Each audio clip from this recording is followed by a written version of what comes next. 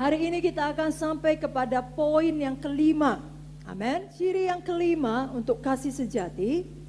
Kasih sejati rela menghadapi resiko ditolak. Kasih sejati rela menghadapi resiko ditolak karena memberitakan kebenaran kepada orang lain. Jadi kalau kita memiliki kasih yang sejati, kita melakukan tindakannya. Bukan hanya sekedar perasaan. I love you, aku sayang kamu, hanya perasaan saja.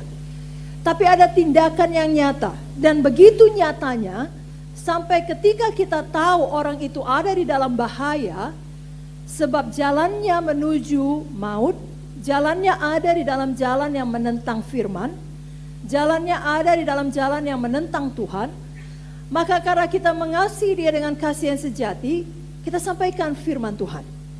Kita nasihati dia. Kita ingatkan dia akan kebenaran. Dan untuk itu kita tahu bahwasanya kita akan menghadapi resiko. Resiko dia marah. Resiko dia mengejek. Resiko dia justru membalas, mengingatkan kita akan masa lalu kita, kekurangan kita. Resiko-resiko lainnya, resiko dia menolak kita. Tetapi kita rela menempuhnya. Kita rela berbicara menyatakan kebenaran. Kita tidak diam saja, tetapi kita saling menasehati. Amin saudaraku. Mari buka Alkitab saudara dari buku Roma pasalnya yang ke-15 ayatnya yang ke-14. Dapat? 1, 2, 3 ya.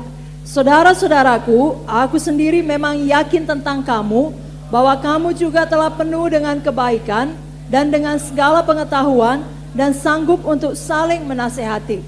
Mari kita buka kembali buku Amsal ayat pasalnya yang ke-13 ayatnya yang ke-24. Mari kita baca bersama-sama Amsal 13 ayat 24. 1, 2, 3 ya.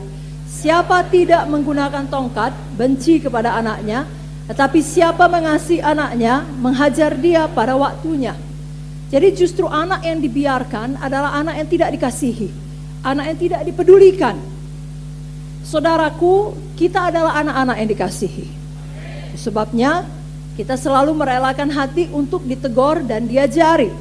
Tetapi dari pihak kita juga, kalau Tuhan sudah mempercayakan ada orang-orang di sekeliling kita yang bisa kita nasihati, ambillah tempat itu.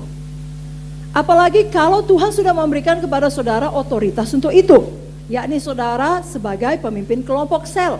Apalagi kalau saudara sebagai pemimpin sektor. Saudara harus memiliki kasih yang sejati. Jangan diam saja apabila seseorang sudah keluar dari jalan Tuhan. Atau menujulah. Jangan sampai dia habis-habisan dulu, dipukul setan, baru kita datang mengunjungi dia. Tidak.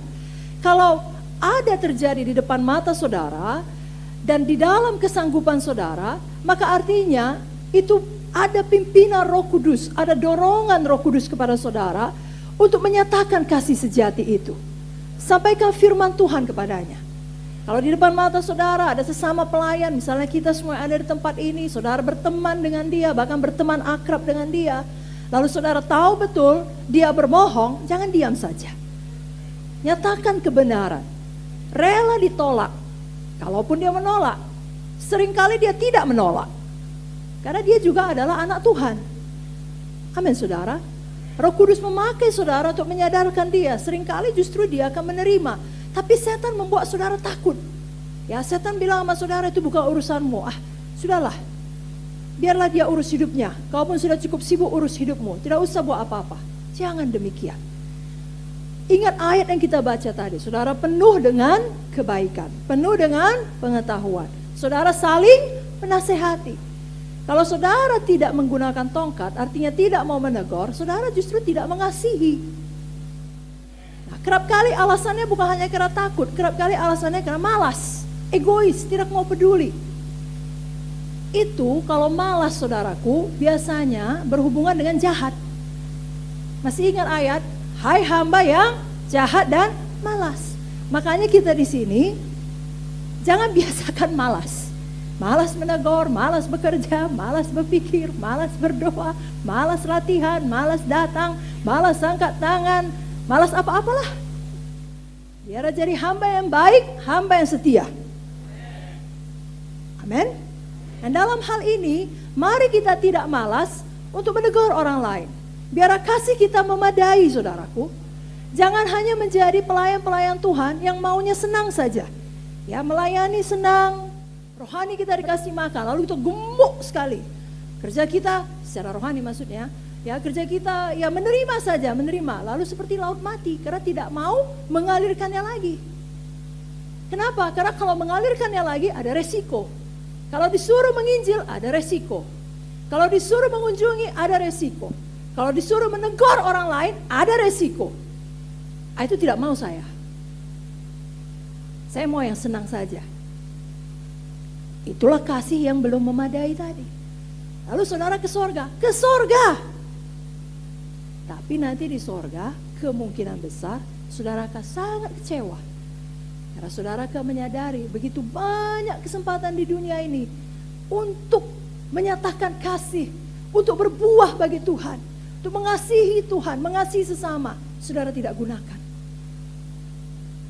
Karena saudara tidak mau kesenangan terganggu, kenyamanan terganggu. Saudara mau saudara saja. Saudara memang senang menyanyi. Lalu saudara menyanyi, itu gak ada bahayanya. Paling capek aja, capek badan. Tapi senang. Tapi kalau harus mengurus orang yang jatuh dari jalan Tuhan, mengurus orang yang kasar, mengurus orang yang sakit, mengunjungi dia, menguatkan dia sampai dia bangkit kembali, imannya teguh. Nah itu butuh kasih sejati. Itu kesenangan saudara dikikis. Itu harus memiliki kasih yang memadai.